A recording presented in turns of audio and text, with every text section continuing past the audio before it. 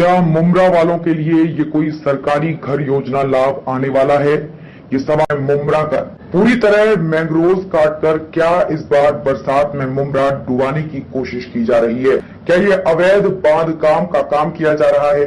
क्या ये कोई सरकारी योजना का काम किया जा रहा है?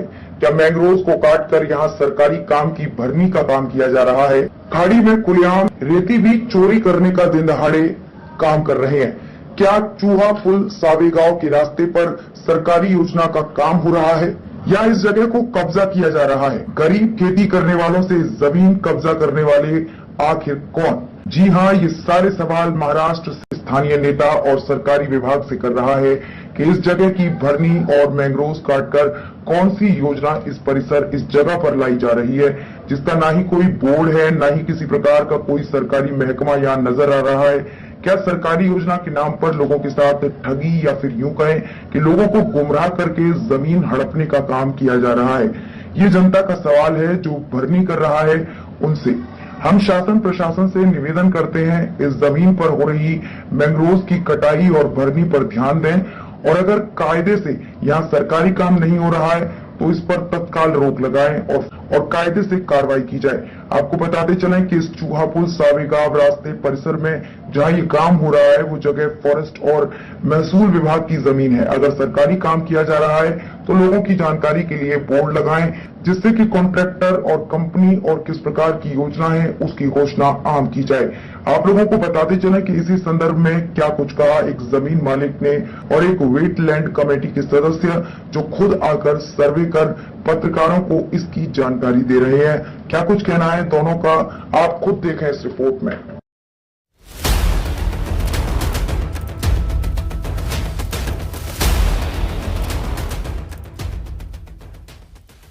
सर क्या नाम है आपका? मेरा नाम रोहित जोशी है। सर आप आज जो चूहा पुल के अंदर जो भरनी की जा रही है अवैध तरीके से, तो वहाँ पर आप आए थे, आपने सर्वे किया, क्या पूरा मामला है, इसको लेकर आप क्या कहना चाहते हैं?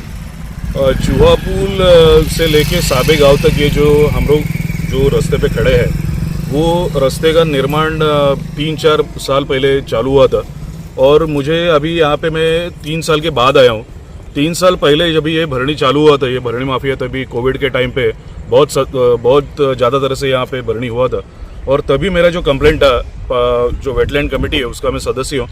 तो यहाँ पे जब भी हम लोग ने कार्रवाई की थी तब से आज 3 साल हो गए इसके बीच में और यहाँ पे मैं आके ये देख रहा हूँ कि तब की हालत और अब की हालत मैं आपको दिखा सकता हूँ कि मेरे पीछे जो है वो चूहा ब्रिज के यहाँ पे जो अपनी जो खाड़ी है थाने खाड़ी मुमरा की, वो एक आपको क्षेत्र दिख रहा है। ऐसे ही वो ये साइड पे भी था लेकिन आपको अभी दिख रहा होगा कि यहाँ की खाड़ी बची ही नहीं है।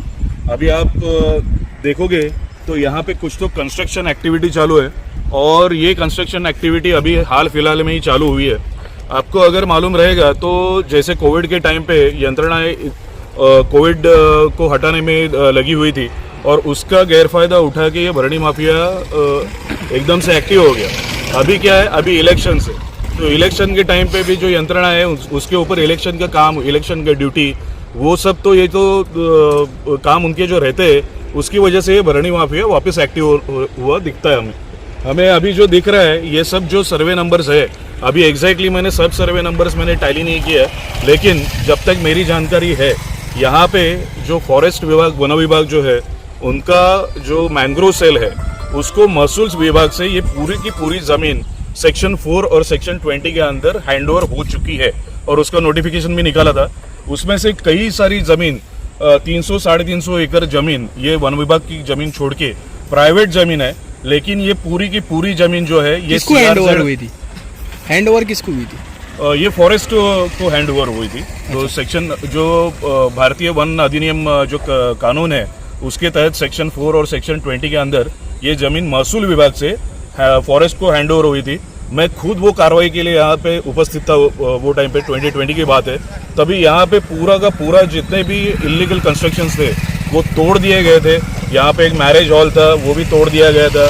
यहाँ पे वापस इस प्रकार भरनी ना हो इसके लिए ट्रेंच मारे गए थे और जो MSF रहता है जो महाराष्ट्र सिक्योरिटी फोर्स है वो 165 सुरक्षा कर्मी उन लोग ने फॉरेस्ट विभाग ने स्टेट से एक स्पेशल ये लेके यहाँ पे लगाए थे।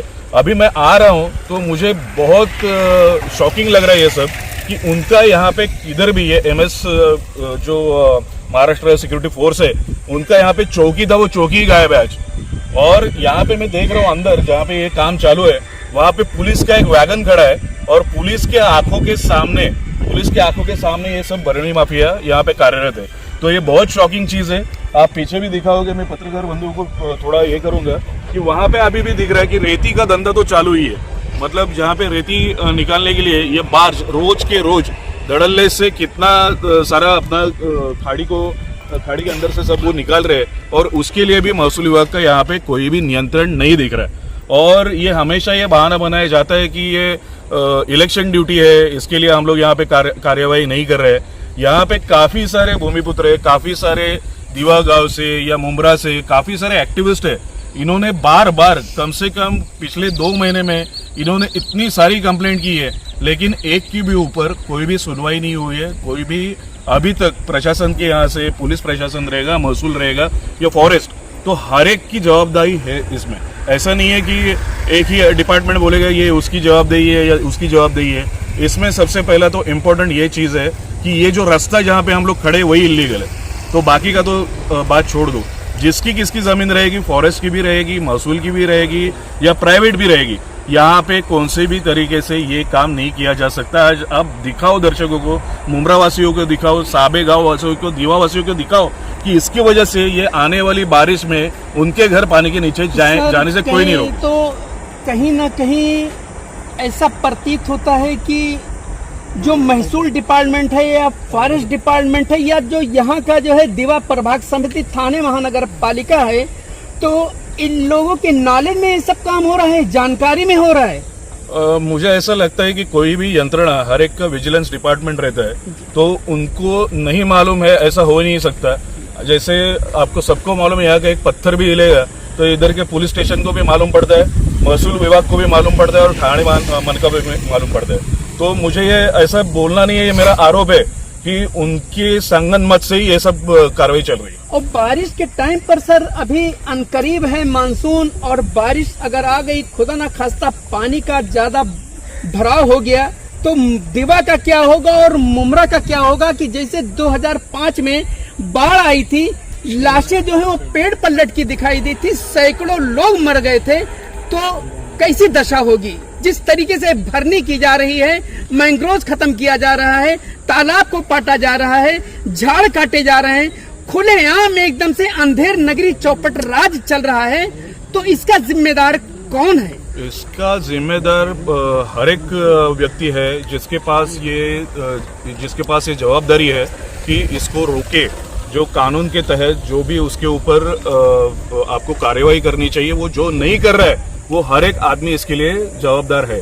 अभी आपने जो प्रश्न पूछा कि या मुमरा या कौसा या दीवा, ये गांव पानी में जाने से कोई डूबने से नहीं बचा सकता। इसकी वजह भी आप देख लो, आपके पीछे जो पारसिक पहाड़ है वहां से पूरा जो पानी का सैलाब, जो पानी का आएगा, वो जाना कहाँ पे चाहिए? खाड़ी में। अगर आपने खाड़ी ही नहीं रखा, मैंग्रोव ही नहीं रखा, तो वो पूरा आपके घरों में घुसने वाला है। तो इसके लिए बहुत बड़ी चीज है और हर एक मुमरा वासियों तक मैं आपकी चैनल के माध्यम से मैं पहुंचना चाहता हूं और उनको बताना चाहता हूं कि आप भी यहाँ पे आके, आप भी सैकड़ों की संख्या में आके उनके सामने धरना आंदोलन कीजिए, नहीं तो ये रुकने वाला नहीं है इतनी बड़ी मात्रा में जो चालू है। और फिर मुमरा, कौसा और दीवा को बचाने वाला कोई नहीं है। रोहित सर, आप जिस तरीके से यहाँ पे आज आए थे, आप ये भरनी माफिया के खिलाफ क्या कार्रवाई करेंगे? देखो, अभी वेटलैंड कमेटी का मेंबर की हैसियत से मैं ये चीज तो पक्का करूंगा कि इसका रिपोर्टिंग जो है वो हाईकोर्ट को करूंगा। अगर ये रुकता नहीं है तो मैं सुप्रीम कोर्ट तक भी जाने के लिए तैयार हूं। लेकिन जब तक ये भरनी माफिया नहीं रुकता, ये काम स्टॉप नहीं होता है, उसके आगे जितना जो भी लड़ाई रहेगा मैं करते रहूंगा। सर, एक बोर्ड है वहाँ पर, तो जरा देखेंगे वो बोर्ड पे क्या लिखा हुआ है, किस डिपार्टमेंट का बोर्ड है वहाँ पे जो लगा हुआ है? जो 3 साल पहले कार्यवाही हुई थी, मैंने यही बताया कि ये सब जो एरिया है यहाँ पे सर्वे नंबर जो है वो पहले महसूल विभाग के पास थे। जो सेक्शन 4 और सेक्शन 20 में जो उन्होंने ट्रांसफर किया, हैंडओवर किया महसूल विभाग से वन विभाग में, तभी मैं वन विभाग का वही बोल रहा हूँ कि यहाँ पे उन्होंने बोर्ड लगाए थे कि यहाँ पे कौन सी भी तरह का ट्रेस पासिंग या कौन सी भी तरह का आवाजाही पे रोक है और वो बोर्ड उन्होंने लगाया है। अभी मैं देख रहा हूँ कि उनका चौकी यहाँ पे नहीं है, तो ये सिर्फ बोर्ड अभी नाम के लिए बचा है। अभी मुझे लगता नहीं है कि इसको ये भगवान भरोसे छोड़ दिया है यंत्रणा ने, और मुझे लगता है कि अभी मालूम नहीं है अभी इसका क्या होने वाला है, लेकिन जल्द से जल्द इसके ऊपर एक्शन नहीं लिया गया तो आने वाले बारिश में हम लोग मुमरा को बचते हुए देखेंगे। मतलब बहुत ही भयावह स्थिति होगा, बहुत बदहाल हो जाएगा। बहुत ज्यादा जैसे आपने बताया वो 2005 तक जाने का जरूरत नहीं है। आपने पिछले साल भी देखा रहेगा कि मुमरा में कैसा पूरा कौसा मुमरा भर गया था, और उसकी मेन वजह यही है कि ये सब जो अपना वेटलैंड्स है वो अपना नेचुरल स्पॉन्ज की तरह काम करते हैं। जो कोई भी अतिरिक्त पानी रहेगा वो पूरा एब्सॉर्ब करने का काम करते हैं। मैंग्रोव। उसके ऊपर मैंग्रोव, और उसके ऊपर अगर आप भरनी करोगे तो क्या होने वाला है, आपके घर पे पानी रोकने से कोई नहीं रोक सकता। ठीक, थैंक यू। हाँ, पहले खेती होती थी। अच्छा। उसके बाद में क्या हो गया, डंपिंग का पानी आ गया, हम लोग खेती बंद कर रहे हैं। वो डंपिंग चालू किया तो हमारा खेती नष्ट हो गया। हाँ। खेती नष्ट हो अभी नारियल का पेड़ है कम से कम 400 अंदर, आम का पेड़ है, काजू का अंदर पेड़ तो है। बांधकाम चालू है।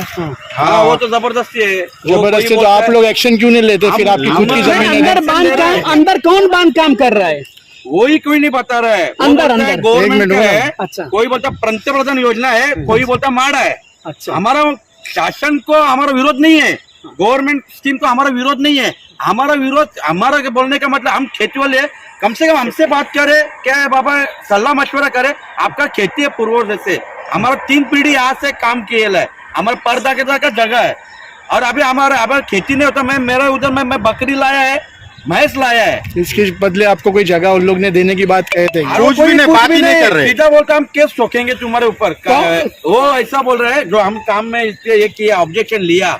वो तुम बोलता सरकारी कानून में तुम लोग हमको दखल अंदाज कर रहे हैं। अच्छा, ये बात किसने बोली आपको? अरे ये ठेकेदार, मैं तो काम करने के टाइम जीसीपी के नीचे सो गया मैं खुद। मेरा वीडियो शूटिंग है। ऐसे कितने शेतकरी है जिनकी जगह पे सब बनाया जा रहा है, कब्जा किया गया है? कितने शेतकरी हैं? सब खेती वाले हैं, पर कोई क्या है, अभी क्या वो लोग क्या कर रहे हैं, 5-5, 6 खेती वालों को इकट्ठा कर रहे हैं। पूरा नहीं कर रहा है। पूरा नहीं कर रहा है। खेती वाले को क्या बोलता हूँ क्या, तुम्हारे जगह में कुछ नहीं है। हाँ। तुम उनके भाग में मत जाओ। ये ऐसा डिमांड किया है उन लोगों ने। पुलिस स्टेशन में आप लोग गए थे, पत्र व्यवहार कुछ हुआ था आपका? हमने आरजी किया है। अभी वो आरजी तो हमको मालूम नहीं, अब अभी आए, हम आरजी किया, सब हमारा घर पे रखा है। हाँ, हमको कोई नंबर का है? मेरा 89 है और 243 है और 242 है। तुझा नंबर सांग। मेरा 87 है, 86 है, 85, मेरा 5 एकड़ जगह है। तुम्हाला पूर्व सूचना न देता काहीच नाही, काहीच नाही मॅडम, काहीच नाही. म्हणजे सरकार पूर्व योजना म्हणजे ताबा करतंय किंवा कोणी प्रायव्हेट वाला येऊन त्याच्यावरती एवढे पत्रे ठोकतोय वगैरे, हा. तुम्हाला काही कल्पना काहीच काहीच नाही, नाही, काहीच तिथे नाही. पोलीस प्रोटेक्शन आहे. तुम्ही चला, तुम्हाला हो, दाखवतो. बघितलं ते आम्ही बोललोय याच्यामध्ये. आता तर काय ना मॅडम, पहिल्या दिवशी तर जवळजवळ 150 पोलीस होते. 150-200 होते आणि मी जर तेव्हा काय आणि प्रोटेक्ट आचारसंहिता चालवायचं असताना 150 पोलिसांचा बंदोबस्त भेटतो का आता तुम्ही मला सांगा, आचारसंहिता चालू है, आचारसंहिता चालू है, और मेरा एक बोलने का सरकारी योजना है, तो सरकारी कुछ तो बैनर लगना मांगता है एंड खेती वाले को नोटिस देना मांगता है। और दूसरी बात, अभी खेती वाले को प्रोटेक्शन नहीं मिल रहा है। ये अनलीगल कोई एक काम कर रहा है, ये कौन सा कंपनी का है, क्या प्राइवेट है, मेरे को नहीं मालूम, उसको पुलिस प्रोटेक्शन मिल रहा है और खेत वाले को नहीं मिल रहा है।